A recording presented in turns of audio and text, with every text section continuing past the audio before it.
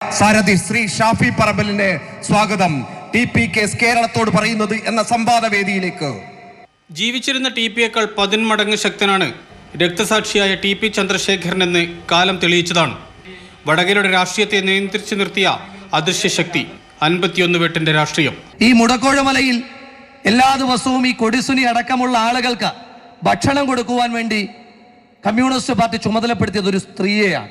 സുനി അടക്കമുള്ള ആളുകൾ പിടിക്കപ്പെട്ടതിന് ശേഷം പിന്നീട് ഒരു ദിവസം നമ്മൾ പത്രവാർത്തകളിലൂടെ വായിച്ചത് ഈ സ്ത്രീ ആത്മഹത്യ ചെയ്തുവെന്നാണ്.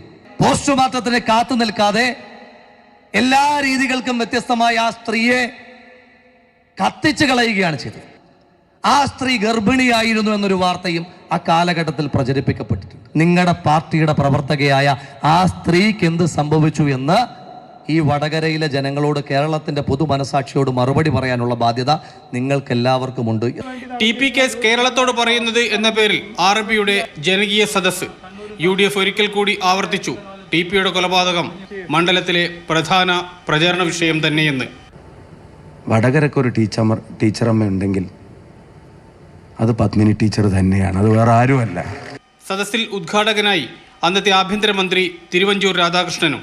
നമ്മളുടെ രാഷ്ട്രീയ രംഗത്ത് വളരെ സജീവമായി നിന്ന ഒരാളിനെ പച്ചയ്ക്ക് വെട്ടിക്കൊന്നതല്ലേ. ഞങ്ങളുടെ നിലപാട് 100% കറക്റ്റാണ് എന്ന് ഹൈക്കോടതിയും വിധിച്ചു. ഇനി എന്താ അവർക്ക് പറയാനുള്ളത്? സാമൂഹിക സാംസ്കാരിക രംഗത്തെ പ്രമുഖരെയും പങ്കെടുപ്പിച്ചാണ് RMP ജനകീയ സദസ്സ് നടത്തിയത്. അതേസമയം TP കേസിൽ കൈപൊള്ളാതെ കരുതലോടെയാണ് ഇടതു സ്ഥാനാർത്ഥിയുടെയും LDF നേതൃത്വത്തിൻ്റെയും പ്രതികരണങ്ങൾ.